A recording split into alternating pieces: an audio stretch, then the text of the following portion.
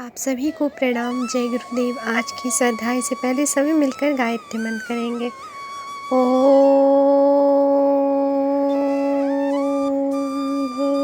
भूर्भुवः स्वः तत्सवितुर्वरेण्यं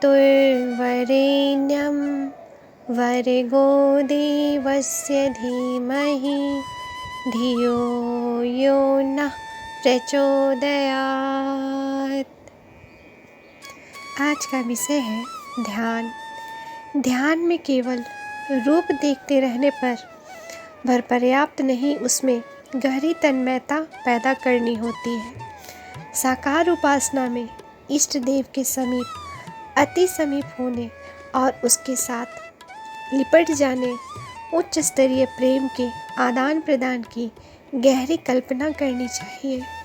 इसमें भगवान और जीव के बीच माता पुत्र, पति पत्नी, सखा सहोदर, स्वामी सेवक जैसे कोई भी सघन संबंध माना जा सकता है। इससे आत्मीयता को अधिकाधिक घनिष्ठ बनाने में सहायता मिलती है। लोक व्यवहार में स्वजनों के बीच आदान प्रदान उपहार और उपचार की तरह चलते हैं। मन, वचन, कर्म से घनिष्ठता एवं प्रसन्नता व्यक्त की जाती है। भेंट उपहार में कई प्रकार की वस्तुएं दी जाती है। नवधा भक्ति में ऐसे ही आदान प्रदान की वस्तु परक अथवा क्रियापरक कल्पना की गई है। वस्तुतः यहाँ प्रतीकों को माध्यम बनाकर भावनात्मक आदान प्रदान की गहराई में जाया जाना चाहिए। भक्त और भगवान के बीच सघन आत्मीयता की अनुमति उत्पन्न करने वाला आदान प्रदान चलना चाहिए। भक्त अपनी अहंता को क्रिया, विचारना, भावना एवं संपत्ति को भगवान के चरणों में अर्पित करते हुए सोचता है कि यह सारा वैभव उसी दिव्य सत्ता की धरोहर है। इसका उपयोग व्यक्तिगत वासना, तृष्णा के लिए नहीं, ईश्वरीय प्रयोजन के लिए किया जाता है।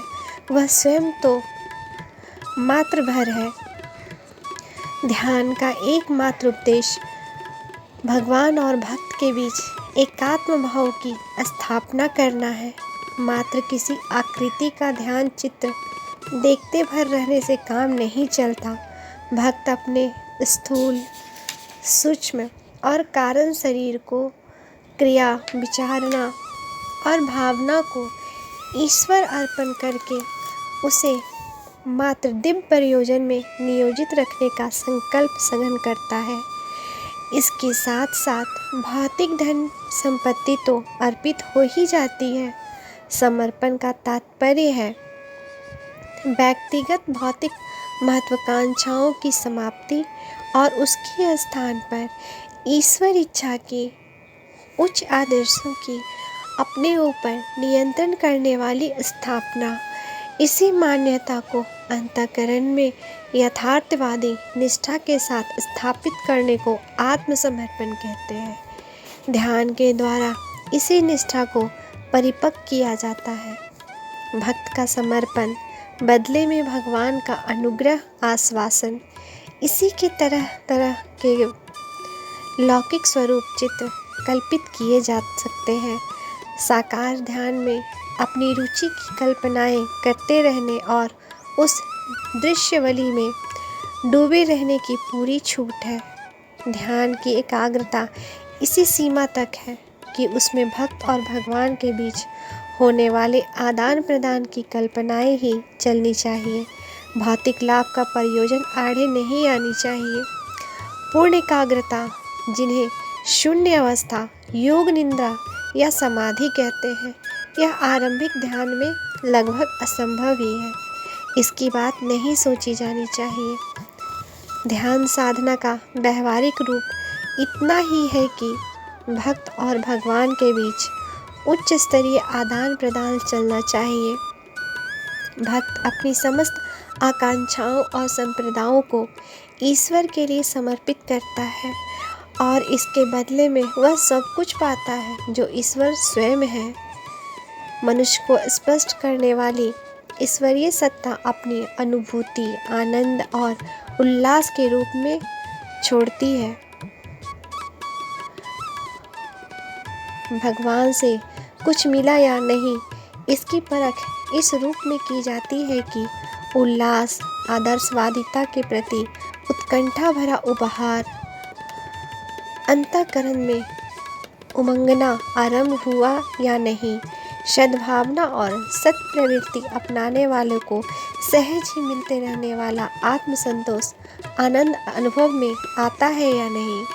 ईश्वर दर्शन के संबंध में यह भ्रांत धारणा निरसंत की जानी चाहिए कि सपने में या जागृति में इष्ट देव की किसी आकृति की झांकी मिलती है अथवा प्रकाश आदि दिखने जैसे कोई चित्र विचित्र दृश्य दिखाई पड़ता है। यदि ऐसा किसी को होता हो तो उसे झाड़ी का भूत, रस्सी का सांप दिखने की तरह अपने संकल्पों की मानसिक प्रतिक्रिया भर समझना चाहिए। जब चेतना की कोई आकृति हो ही नहीं सकती तो फिर उसका निर्बंध दृश्य दिखाई ही कैसे दे सकता है। इस तथ्य को 1000 बार हृदयंगम कर लिया जाना चाहिए कि ईश्वर का जीवन में समावेश श्रेष्ठ वृत्तियों के रूप में होता है। आदर्शवादी आकांक्षाएं प्राण प्रिय प्रतीत होने लगने और तदनुरूप गतिविधियां अपनाने पर मिलने वाले आनंद उल्लास की अनुभूति का स्तर ही ईश्वर प्राप्ति का एकमात्र प्रमाण है। निराकार ध्यान में पराया सर्वत्र सूर्य के प्रकाश को ही माध्यम बनाया जाता है। प्रातः काल के उदयमान सूर्य का सविता देवता के प्रतीक रूप में दर्शन, उसकी दिव्य किरणों का शरीर, मन और अंतरात्मा में प्रवेश, उस प्रवेश की सत्य कर्म, सद ज्ञान के रूप में प्रतिक्रिया, इसी परिधि में निराकार ध्यान धारणा परिभ्रमण करती है। यज्ञाग्नि रूप ईश्वर में आहुति द्रव्य की तरह जीव सत्ता का समर्पण, नाले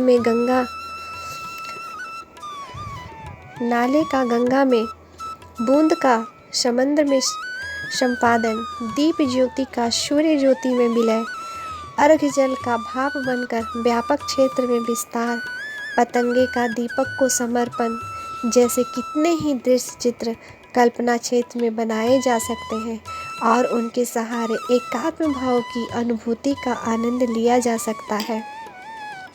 यहाँ यह तथ्य स्मरणीय है कि ध्यान में एकाग्रता का महत्व तो है, किंतु एकाग्रता ही ध्यान है, यह भ्रम मन से निकाल देना चाहिए। एकाग्रता का अभ्यास क्रमशः होता है और वह समय साध्य है, इसलिए उसमें उतावली बरतने की आतुरता प्रदर्शित करने की तनिक भी आवश्यकता नहीं है। आज के लिए यहीं तक। आप सभी को प्रणाम। जय गुरुदेव।